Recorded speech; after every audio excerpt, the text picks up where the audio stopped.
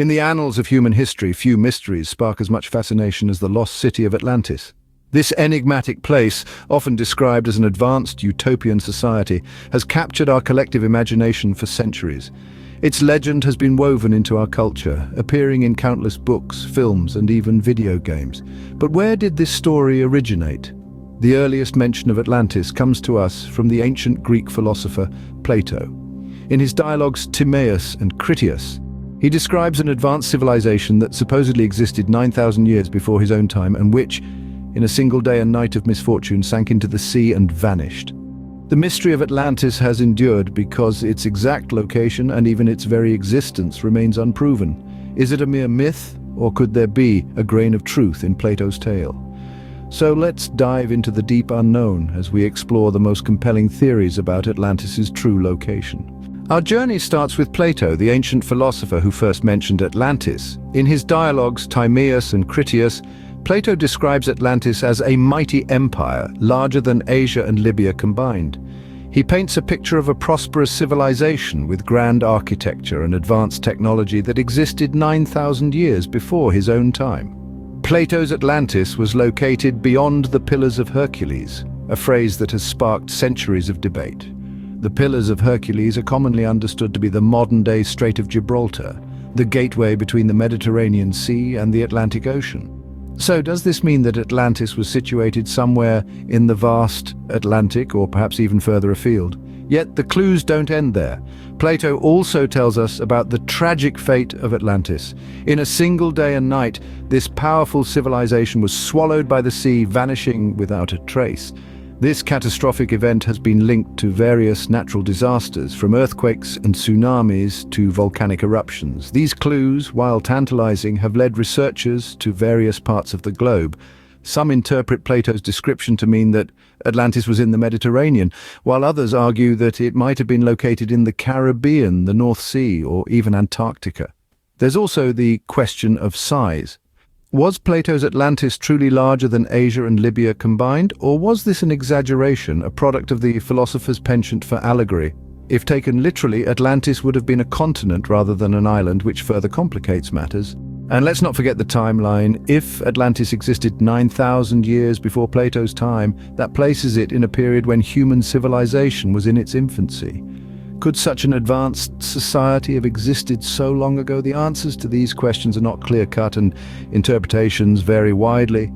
Yet the allure of Atlantis persists, its mysteries beckoning us to explore, to question, and to dream. One popular theory places Atlantis right in the heart of the Mediterranean. And no, this isn't an offbeat prediction by some obscure scholar.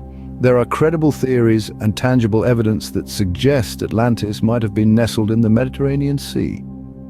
Let's delve into the Santorini theory, for instance. Santorini, a beautiful Greek island, was once home to the advanced Minoan civilization. Around 3,500 years ago, a catastrophic volcanic eruption occurred, obliterating most of the island and its civilization. Some scholars suggest that this disaster inspired the Atlantis legend. They point to the advanced architecture and art of the Minoans, their maritime prowess, and the cataclysmic end of their civilization as parallels to Plato's description of Atlantis. Then there's the Sicilian theory. According to this hypothesis, the city of Atlantis was located on the island of Sicily. These theorists point to the impressive megalithic structures found in Sicily, some of which are submerged underwater as potential remnants of the lost city. Furthermore, Sicily is rich in gold and other precious metals, much like Plato's Atlantis. The island's advantageous location in the Mediterranean could also account for the vast naval power attributed to Atlantis.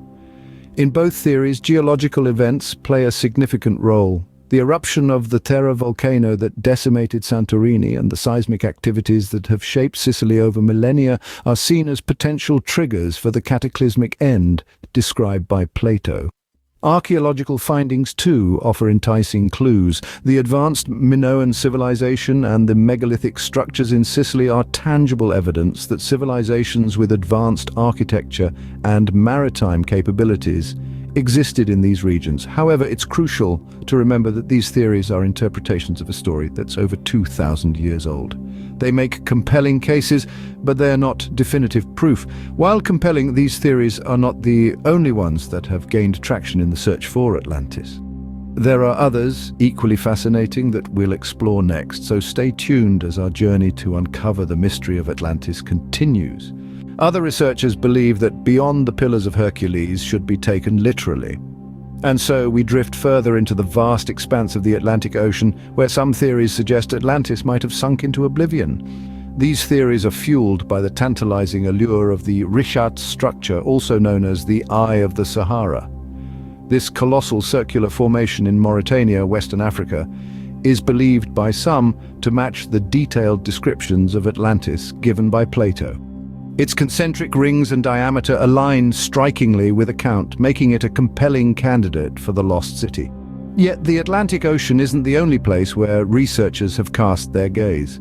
Some have dared to venture even further, suggesting that Atlantis might be hidden in the heart of the Americas. The ancient Minoan civilization in Crete, with its advanced architecture and intricate frescoes, has been cited as a potential model for Atlantis. The Minoans were known seafarers, and it's suggested they might have journeyed across the Atlantic, bringing culture to the Americas and creating a civilization that later became the mythic Atlantis. But let's not sail too far without a compass. It's crucial to remember that these theories are not without their contentious points. Instance, the Richat structure, while visually impressive, lacks the evidence of a significant ancient civilization. Its geological formation also dates back far earlier than the supposed era of Atlantis. Similarly, the theory placing Atlantis in the Americas faces the hurdle of chronology. The Minoan civilization flourished thousands of years after Atlantis was said to have vanished. This discrepancy makes it difficult to establish a direct connection between these theories. A new discovery points us towards the Doñana National Park in Spain.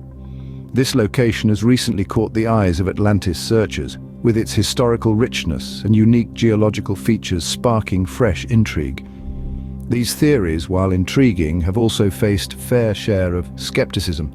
Yet, in the pursuit of understanding our past, every theory, every possibility, every dream of a long-lost civilization only fuels our collective curiosity.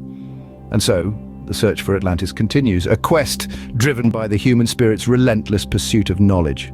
Despite the numerous theories, the existence and location of Atlantis remain hotly debated.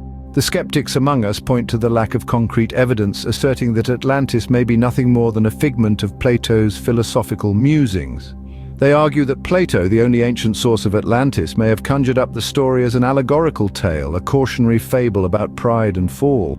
Others take a more literal interpretation of Plato's writings, believing that Atlantis was a place lost to time and the relentless march of the seas. Recently, new clues have emerged which point towards Doñana National Park in Spain as a probable location for Atlantis.